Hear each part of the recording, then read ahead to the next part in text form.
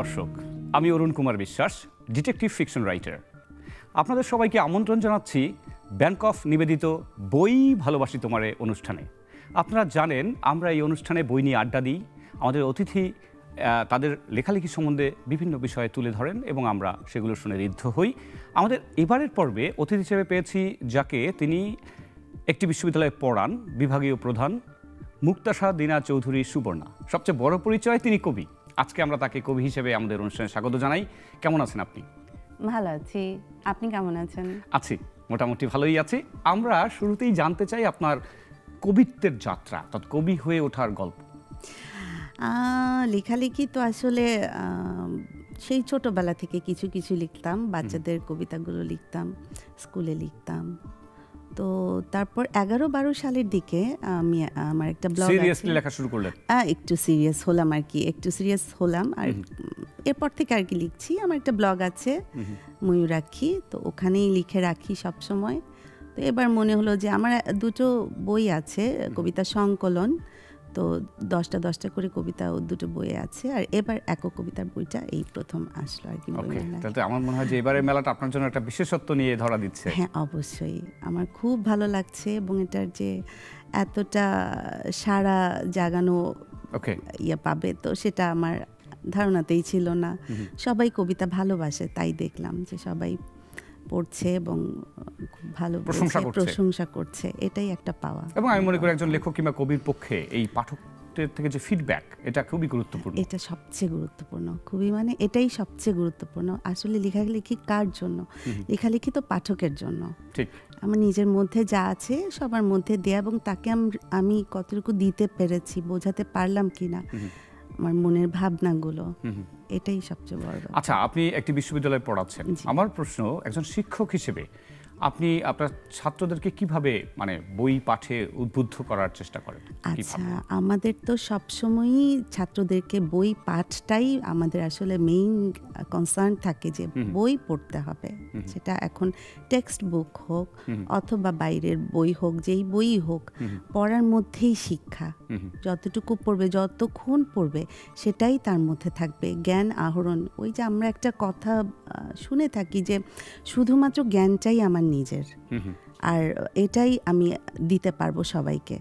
তো আর কিছুই কিন্তু আসলে নিজের বলে কিছু নাই। আমি উপানুষ্ঠানিক পড়ার কথা বলছি, ক্লাসের বইয়ের বাইরে, যেটা কিনা তাকে মননশীলতার শিক্ষা দেয়। হ্যাঁ, মননশীলতার শিক্ষা দেয়। এই যে কবিতা বলেন, এই যে লেখালেখি বলেন, ওকে জানতে হবে সবার ভিতরে কি চলছে, চারপাশ সম্পর্কে জানার জন্যই এই বইগুলো দরকার। আমি শুধু আমার নিজের জীবন নিয়ে ভাবি, যারা লেখালেখি করেন তারা আসলে কিন্তু সব যে তার নিজের জীবনের তা না, বিষয়বস্তুগুলো কিন্তু আশেপাশের মানুষের থেকেও নেয়া। তো কাজেই যখন আমি গল্পগুলো পড়বো, কোনো রাইটারের বইগুলো পড়বো, আমি তার জীবনের সাথে সাথে তারও আশেপাশের অনেক বিষয়বস্তু, আমার পারিপার্শ্বিক অনেক কিছু আমার নলেজে চলে আসে, এবং এটা অনেক ক্ষেত্রে অনেক রকম লেখা আছে যেটা কিনা ছাত্রছাত্রীদের সতর্ক করে দেয়। আমরা অভিজ্ঞতার আলোকে অনেকে লিখেন, ছাত্রছাত্রীরা ছোট বয়সে অনেক ভুল করে ফেলে, সেই লেখালেখিগুলো যদি পড়েন তাহলে অনেক ভুল থেকে। আবার এটার উল্টো কথাও কিন্তু বলা হয়। আমি অনেক গার্ডিয়ানকে বলতে শুনেছি যে তারা প্রচুর পরিমাণে বই পড়ে, উপানুষ্ঠানিক বই পড়ে তারা বইয়ের জগতে হারিয়ে যায় এবং তারা রিয়েলিস্টিক চিন্তা ভাবনা হয় না। এটাও কেউ কেউ বলেন, আপনি কি বলবেন? তারা বইয়ের জগতে বাস করে, ব্যাপারটা এরকম? আসলে ব্যাপারগুলো আপেক্ষিক। আসলে এক একজনের চিন্তা ভাবনা তো এক এক রকম। তো আমার কাছে মনে হয় যে বই পড়লে ওখানে কোনো লোকসানের কিছু নেই, আমার যতটুকু ধারণা। কারণ যিনি পাঠক তিনি কিন্তু ওই বিবেচনা বোধ তৈরি হয় তার মধ্যে। শুধু আসলে আমরা যে পুঁথিগত শিক্ষা বা আমি একাডেমিক এডুকেশনটাই আমি অর্জন করলাম, এটাতে মানুষ কিন্তু ওই আমরা বলি যে অনেক দিকে তার নলেজটা ছড়িয়ে যায় না, জ্ঞানটা সীমাবদ্ধ থাকে একটা জায়গাতে।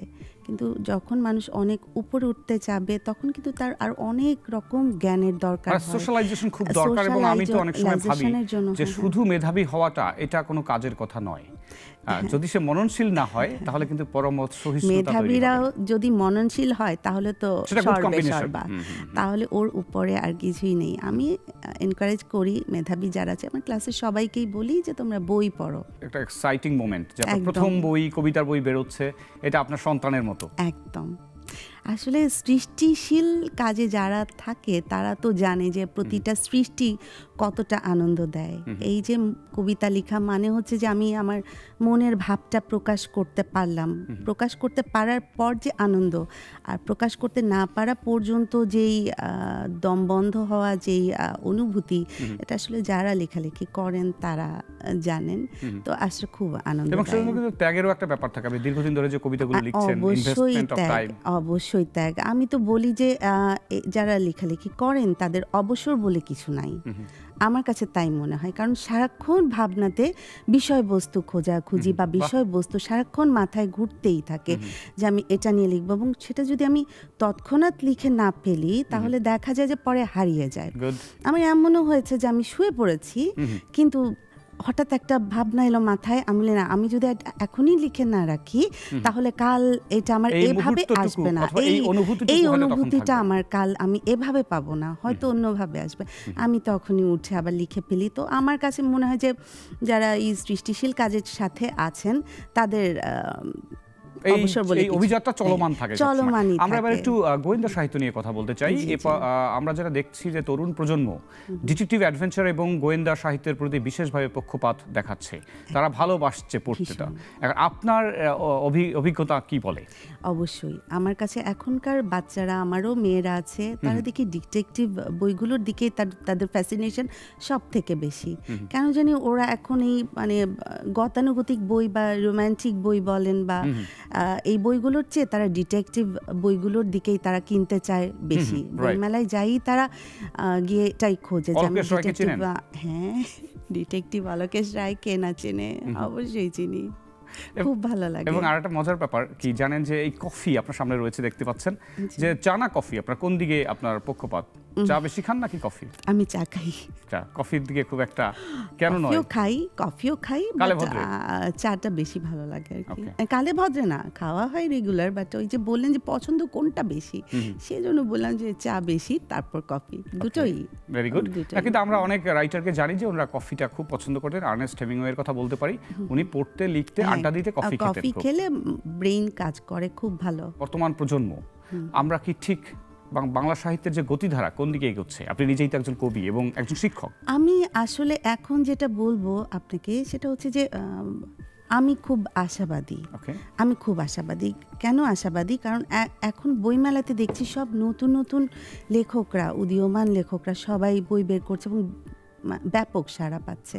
তো এই জিনিসটা আমার কাছে খুব ভালো লাগে। এবং আমরা যখন আগে ঢাকা ইউনিভার্সিটিতে আমরা যখন পড়েছি, আমরা যখন বইমেলাতে গিয়েছি, তখনকার উচ্ছ্বাস উদ্দীপনা অবশ্যই অনেক ছিল, বাট আমি দেখছি যে দিন দিন এটা বেড়ে চলেছে। এই যে বেড়ে চলেছে এটাই কিন্তু অর্থাৎ আমাদের তরুণরা সৃষ্টি মুখরতায় উজ্জীবিত এখন। উজ্জীবিত, ওরা খুব পছন্দ করছে এবং তারা প্রত্যেক স্টলে গিয়ে, এবং আমার ছাত্রছাত্রীরা বলছে ওরা বইমেলায় আসবে, আজকে যাবে অনেকে, আগামীকাল যাবে অনেকে।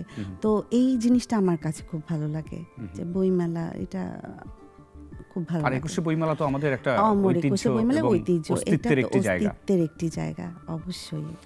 আচ্ছা, আপনি তো কবিতা লিখছেন, এই পাশাপাশি অন্য গদ্য বা প্রবন্ধ এরকম? আমার ছোট কিছু গল্প আছে আমার ব্লগেই, আমি লিখে লিখে রাখছি। আমার ইচ্ছা আছে আমি সেই গল্পগুলো। আমরা কি পরবর্তীতে কোনো গল্পের বই পাবো বলে আশা করতে পারি নেক্সট বইমেলায়? ইনশাআল্লাহ। গল্প লেখার সময় আপনি কোন বিষয়টাকে গুরুত্বের সঙ্গে নেন? মানে গল্প লেখার সময় আসলে গল্প, কবিতা যেমন একটা বিষয়বস্তুর উপরে খুব তাড়াতাড়ি লেখা যায়, আর গল্পটা হচ্ছে একটু সাজিয়ে গুজিয়ে লিখতে হয়।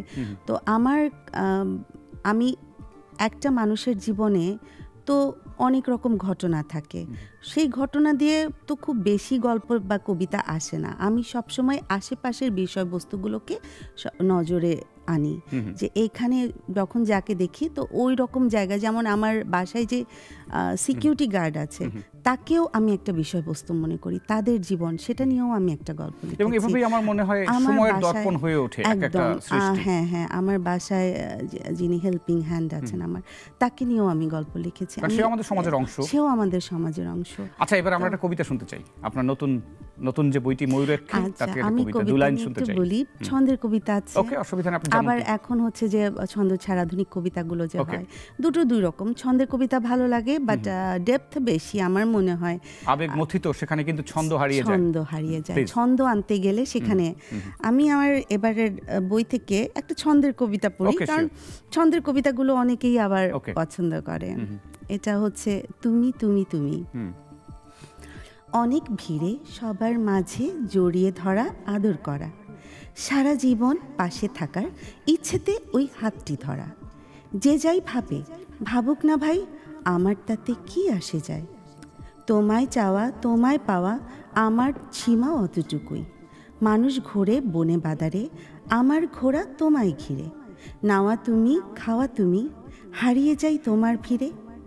হাজার তুমি, লক্ষ তুমি, চারপাশে এক তুমির মেলা। তুমি তুমি আর তোমায় নিয়ে কাটিয়ে দেই সারা বেলা। অশেষ ধন্যবাদ সুবর্ণা আপনাকে। আমরা আপনার কবিতার রেশ ধরে আজকের পর্বের ইতি টানতে চাই। আমি আপনার বইয়ের অনেক বেশি পাঠকপ্রিয়তাও প্রত্যাশা করছি। প্রিয় দর্শক, আমাদের এবারের পর্ব এখানেই শেষ করছি। দেখা হচ্ছে নতুন কোনো অতিথির সঙ্গে আবার কোনো পর্বে। সে নাগাদ ভালো থাকুন, সুস্থ থাকুন এবং অবশ্যই বইয়ের সঙ্গে থাকুন।